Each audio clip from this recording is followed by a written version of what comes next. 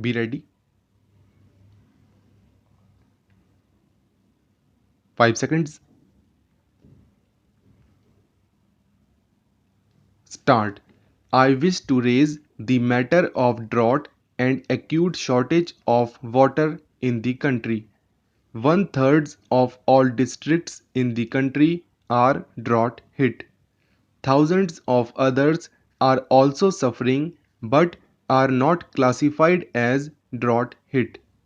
Farmers are committing suicides. Potable water is at an all-time low with the groundwater tables drying up rapidly that are forcing citizens to dig up wells as deep as 90 meters.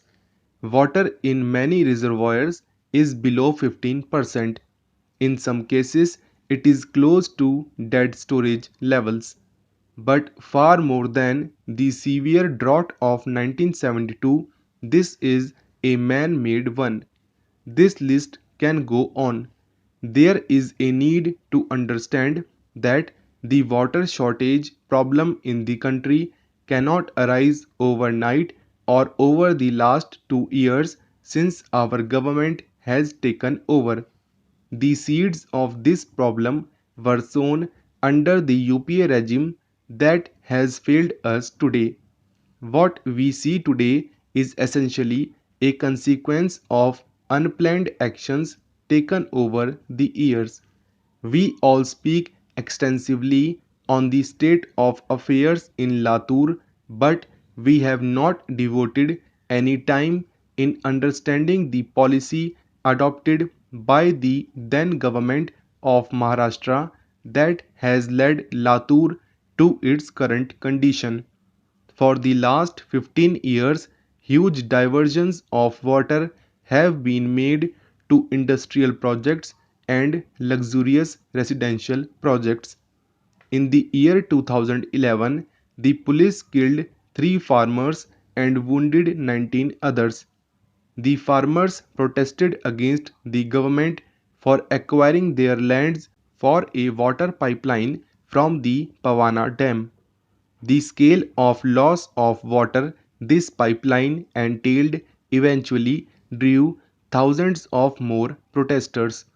The state government, instead of addressing the problem of water loss and scarcity, booked over 1,000 persons for attempted murder and rioting.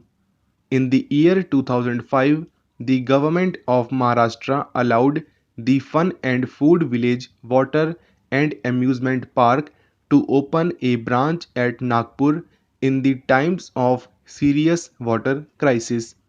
The amusement park offered 18 type water slides and an ice rink that was maintained in 47 °C heat.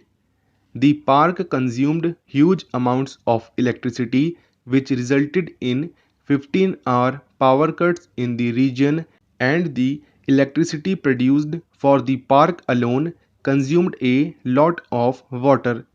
Under the NCP government, private projects such as Lavasa have sprung in the past. The Economic Survey 2011-12 revealed that land under irrigation had gone up by a meager 0.1% in the whole decade. This meant that less than 18% of cropped area in the state was irrigated. To add, major transfers of water to industry also came in a time when there was a 23% fall in food grain production. To further worsen the situation, multiple private projects for the development of golf courses were encouraged.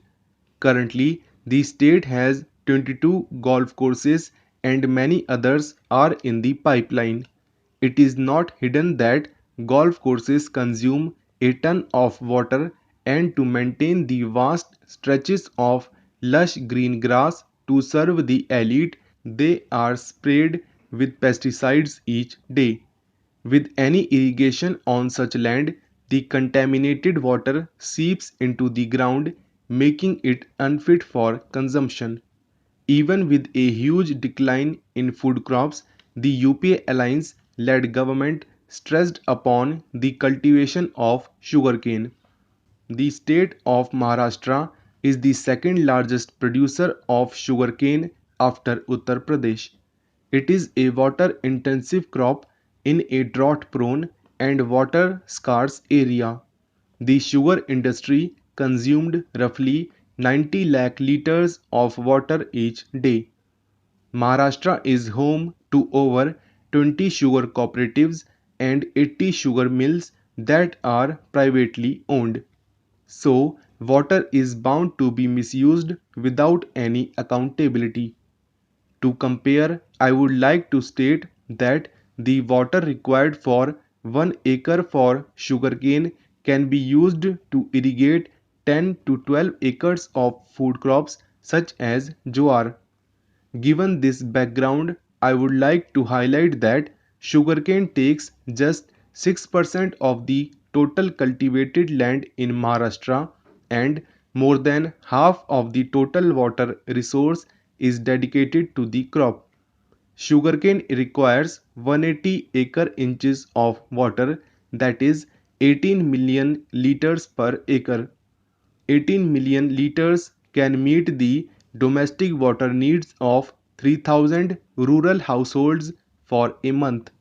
The problem doesn't end here.